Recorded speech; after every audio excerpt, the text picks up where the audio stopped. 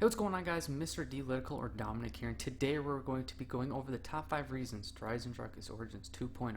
Real quick before the video starts, the reason why this is coming out in 2020 and not 2016 is because there's not a whole lot of zombies content going on right now with Modern Warfare not having a zombies mod, so I thought why not go back and relive some old maps and do some top 5s of them. Also, if the video seems like an Easter egg tutorial for both of the maps, I'm sorry. I'm more or less comparing the Easter eggs in the way that they both play, and also this is my first time back on Black Ops 3 on the PS4 in about 6 months. So yeah, if the gameplay looks like an 80-year-old, it's just me learning the controller again. Anyways, guys, if you do go on to enjoy the video, leave a like, subscribe if you're new, and let's get into it. Coming into the number 5 spot, we have Atmosphere, and what I mean by this is the feel of each of these maps. On both maps, you start in a spawn location that is kind of similar, where you have a bottom floor and a top floor that has some room for you to run around in, but both have a similar flow where you can go upstairs, and if you get trapped, you're most likely going to go down. In a similar sense, zombies can come in from a bunch of windows and can cause it to be a bit hectic, especially if you're turning on Gen 1 on Origins. Then from the spawn on Origins, you're in a trench that gets close quarters with zombies when they can jump from the top of the trenches and also come up from the ground, which can get you trapped from the front and the back if you have no ammo. On Eisendrache, these are the bridges and small corridors that get you to the big areas of the map.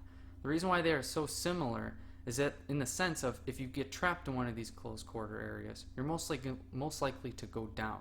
Even if you have a staff or a bow in the high rounds, you're still likely to get hit by zombies. Also on Origins, the bigger areas of the map are the middle, so this would be the mound on Origins and the Generator 4 and Generator 5 areas. On Eisendrache, this would be the courtyard and the bow upgrade area with the third dragon head. This is because you have more room to run around, but are still close quarters and can get trapped. Coming into the number 4 spot, we have the Panzer. Now I know what you're probably thinking, just because there's a Panzer on both maps, that makes it similar? No. Now there's a small difference between the one on Origins and the one on Eisendrache, in which the one on Origins has a claw that he uses to pull you towards him, and on Eisendrache, he has these blue canisters that he shoots at you, and if you are hit or come close, they shock you. But they also share some of the same abilities. They both have a flamethrower, and they both die the same way. They fall over and explode. And if you think that you can just run away, my man shoots up into the sky and comes dropping down to ruin your day. On each map, you need to kill him for a part or a step toward the Easter egg. On Origins, it's for the fire staff part, which you need right away to build the staffs, which allows you to complete the first step of the Easter egg. On Eisendrache, you need to kill him for the Ragnarok DG2 part, which will allow you to go to the main boss fight arena at the end of the Easter egg. Coming into the number 3 spot, we have acquiring the bows and staffs. Now for this one, I'm not talking about the upgrades, rather how you get them. On Origins, you get the staff by attaining 3 parts, the top, middle, and the bottom of the staffs, and the crystal from the crazy place. On Eisendrache, it's a bit different. You actually have to fill 3 dragon heads, like the dog heads on Mob of the Dead, but that's why they are similar on both maps. You need to obtain 3 parts to craft their respective wonder weapons. While on Eisendrache, you need to feed zombies to the dragon heads, and there are 3 dragon heads, which corresponds to the 3 parts to a staff. Just like on Origins, where one staff is right outside of the spawn, another is in the middle of the map, and the last being all the way by the church or the top of the map, DE follows this same pattern. One outside of the spawn, another toward the courtyard, which can be considered the middle of the map, and the third part can be found in the bow room, which would be the third part staff by the church. In case you're wondering which staffs I'm talking about, they would be the ice and the wind staff because you need to get 3 parts from 3 separate areas of the map. With the ice, you dig it, and the wind staff are parts in the robot heads. Coming into the number 2 spot, we have the shared Easter egg step among the two, which is filling up 4 soul boxes. Now unfortunately, my footage in Eisendrache got corrupted, so we're just going to have to use Origins, but it works the same on both. So in Origins, when doing the Easter egg, you have to get the Fist of Iron, and to do that you have to fill up 4 soul boxes, which are as follows.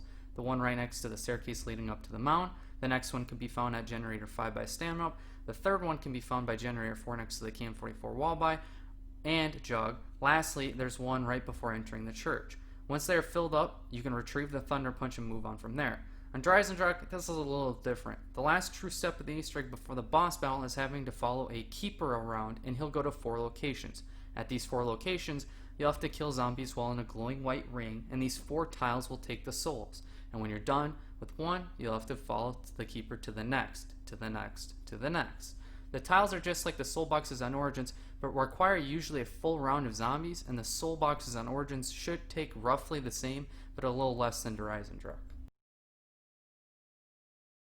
And coming into our number one spot is the upgraded bows and staffs. The way you upgrade the bows and staffs are different between the two maps, but what I'm talking about is how similar they act. For the lightning bow, it's pretty simple. When you shoot a charge shot, it creates this tornado of lightning that goes around and kills the nearby zombies.